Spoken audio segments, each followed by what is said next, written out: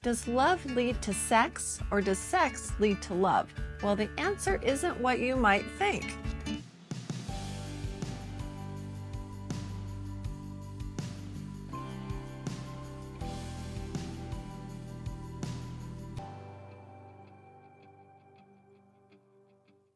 The question we're going to answer today is, what comes first in your marriage, love or sex? In a healthy, dynamic marriage, love, romance, and sex are an endless feedback loop where each leads to and depends on the other. So if you start thinking that one comes before the other, you're just going to set yourself up for having a lot of problems. That's so true, because marriage without love probably won't have much romance, and a marriage without romance probably won't have much sex, and a marriage without sex probably won't have much love, and a marriage without love probably won't have much, well, do you see where we're going with this?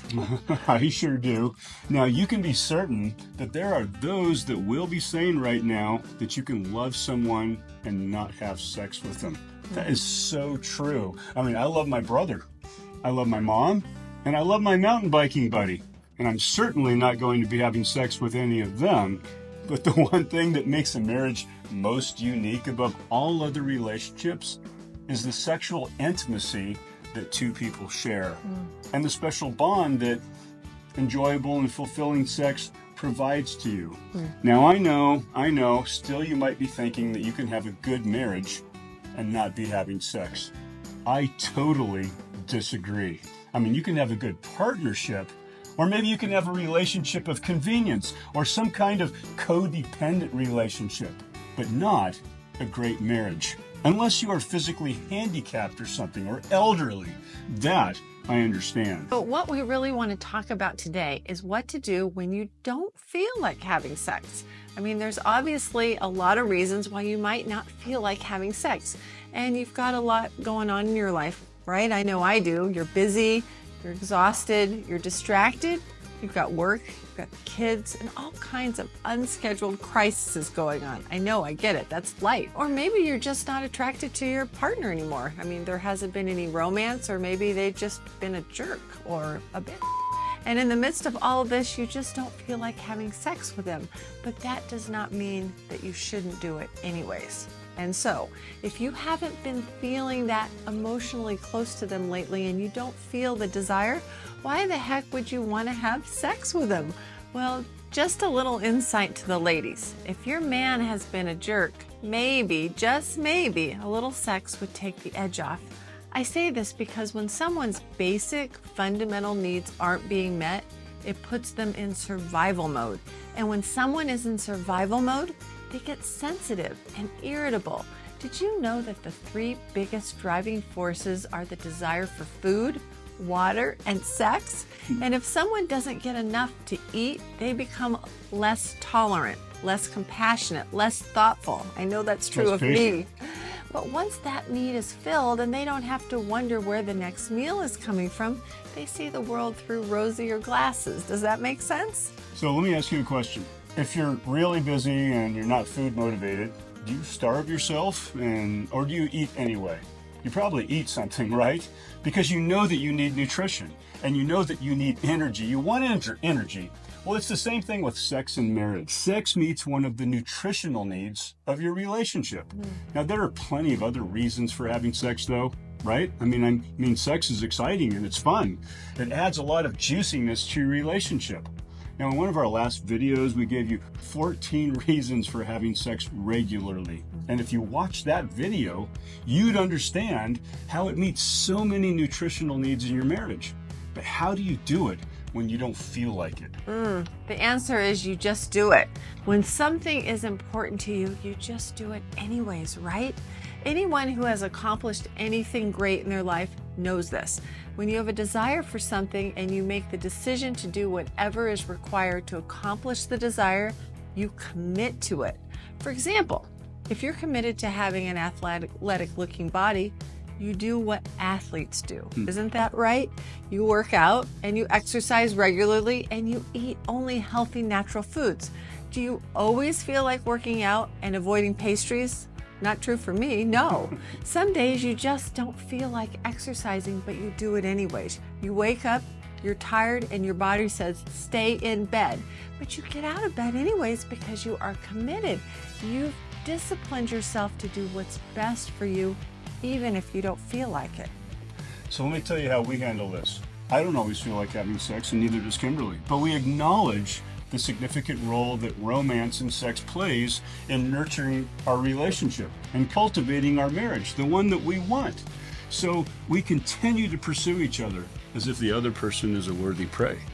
You are, baby. That's right. We keep up the game of cat and mouse. I like to be chased after, and Ted unfortunately likes to chase after me. And oftentimes to do this requires conscious intention. It requires us to prioritize our relationship. That's why we schedule time together, schedule dates, and even schedule romantic interludes. And when those times come, we don't always feel like doing it. But without exception, doing it always makes us feel like doing it. What do I mean by that? Well, it's like this. Almost every time I choose to exercise when I don't feel like it, at some point during the exercise, I start to feel good. And when I'm done, I'm so grateful I did because the physical movement changed how I felt for the better. So true. There's a scientific term for this. It's called embodied cognition. In simple terms, it means that how you think and feel is directly influenced and shaped by what your body is doing. Now, scientists have discovered that our feelings are hardwired to our facial expressions. Did you know that if you paralyze the muscles in your face, like around here, it becomes difficult to feel happiness? Now, apparently women who get Botox are prone to depression because they lose the ability to express the emotions in their face. And you thought you had to be happy in order to smile. Well, maybe just the opposite is true. Maybe you have to be able to smile before you can be happy. And smiling, by the way, is where those crow's feet come from. And I must smile a lot. That's right, ladies. If we want to be happy, maybe we've got to embrace the crow's feet that just comes with our eyes.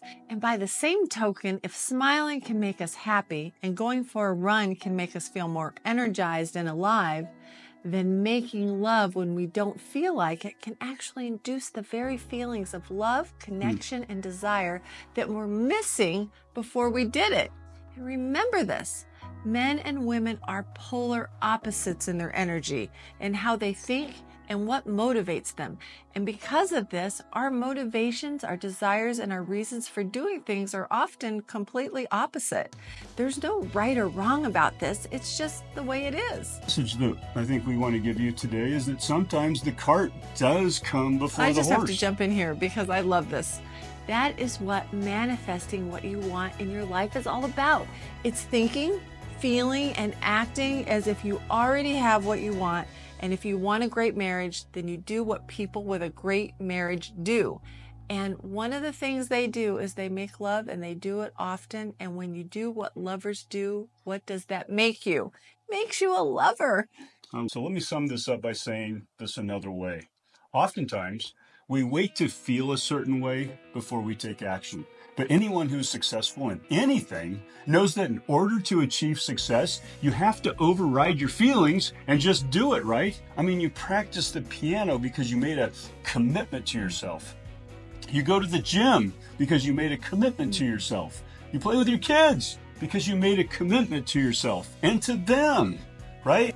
And maybe you eat a clean diet and avoid junk food. Why? Because you made a commitment. Now, the difference with your marriage is that there are often strong emotions attached to it. I mean, we're allowing how we feel about something, maybe in the past, to influence what we do in the present. And because of that, we perpetuate the pain of the past. That's right. So in your marriage, you have a trifecta of love, romance, and sex, and it looks like this. And you can see the interactive relationship between the three, right? Each one of these things supports and it induces the other. In the beginning of marriage, love lays the foundation for everything to follow. But as you grow and evolve as a couple, what comes first? Intimacy or sex? Love or romance? Sex or love? It becomes a moot point. Each begets the other. Each nurtures and cultivates the other. So how do you put this into practice when you're not feeling like it? It's just what I said earlier. You have to commit to yourself to be the person who has the marriage that you want. How do they think? How do they act? How do they feel? What choices do they make? That is so good. It's all about acting with the end in mind, instead of reacting to what's going on in your life and what's happened in the past. So when you change how you respond to your environment, the environment around you changes. It has to. It's a law of nature. That's it for today, folks. Now, if you like this video, please subscribe to our channel below, give us a thumbs up, and share it with those who you think would benefit. Until then, live fully, love without limit, and be the person who already has the marriage of their dreams. See you next time. See you next time.